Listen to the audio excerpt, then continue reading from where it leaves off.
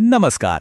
આજે આપણે અમદાવાદમાં થયેલા એક એવા એન્ટી કરપ્શન ઓપરેશનની વાત કરીશું જેમાં એક સામાન્ય નાગરિકના એક જ નિર્ણયે આખી બાજી પલટી નાખી.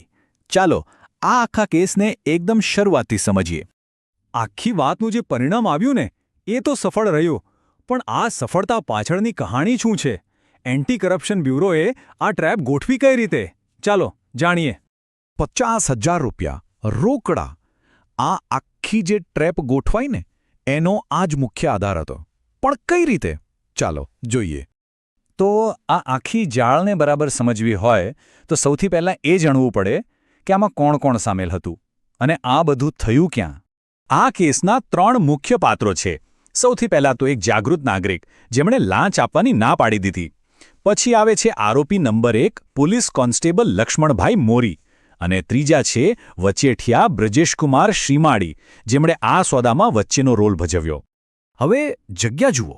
કોઈ મોટી ઓફિસ કે બિલ્ડિંગ નહીં, પણ અમદાવાદના સરખેજમાં આવેલી એક સાવ સામાન્ય ચાની કેટલી. નામ હતું ઉપસરપંચ ટી સ્ટોલ. આ જગ્યા પર લાંચની લેવડ-દેવડ થવાની હતી અને આખી બાજી પલટાવાની હતી. ઓકે, તો હવે થોડુંક ફ્લેશબેકમાં જઈએ. આ જે લાંચ રૂશ્વતની આખી જાળ બિછાવવામાં આવી એની પાછળનું કારણ શું હતું? આ બધી વાતની શરૂઆત ક્યાંથી થઈ? આ ટાઈમલાઈન બરાબર જોજો. વાત શરૂ થાય છે 17 ડિસેમ્બર 2025થી, જ્યારે ફરિયાદીના ભાઈની ધરપકડ થઈ. અને ત્યાંથી લગભગ 4 મહિના પછી 9 એપ્રિલ 2026ના રોજ એસીબી એક્શનમાં આવે છે. તો આખી વાતનું મૂળ એ હતું કે ફરિયાદીના ભાઈ પર નાણાકીય છેતરપિંડીનો કેસ હતો અને બસ આ જ કાયદાકીય ગૂંચવણનો ફાયદો ઉઠાવવાનો પ્રયત્ન થયો. અને હવે આવે છે આ કેસનો સૌથી મહત્વનો ભાગ. મદદ કરવાના નામે જે ગેરકાયદેસર માંગણી કરવામાં આવી હતી તે. તો જુઓ, લાંચના બદલામાં કેવું પેકેજ ઓફર કરાયું હતું. કહેવામાં આવ્યું કે ભાઈને હેરાન નહીં કરીએ, ચાર્જશીટ પણ ફટાફટ ફાઇલ કરી દઈશું, બીજો કોઈ કેસ નહીં નાખીએ અને હા, જામીન અપાવવામાં પણ મદદ કરીશું. આ બધી સેવાઓ માટે એક રકમ નક્કી થઈ.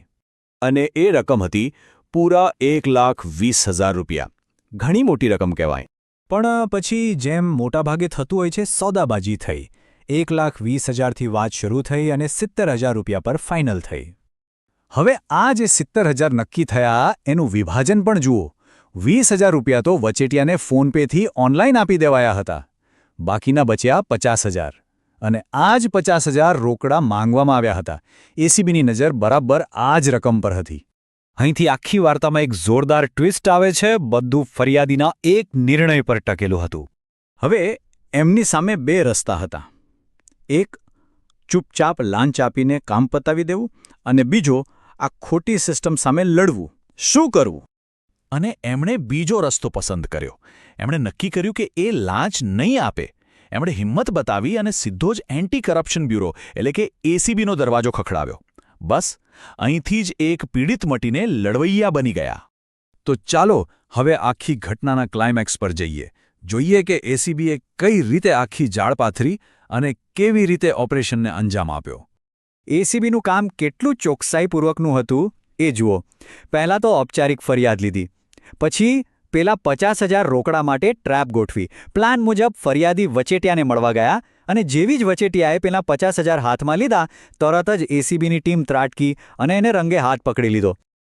તો ઓપરેશનનું તાત્કાલિક પરિણામ શું આવ્યું?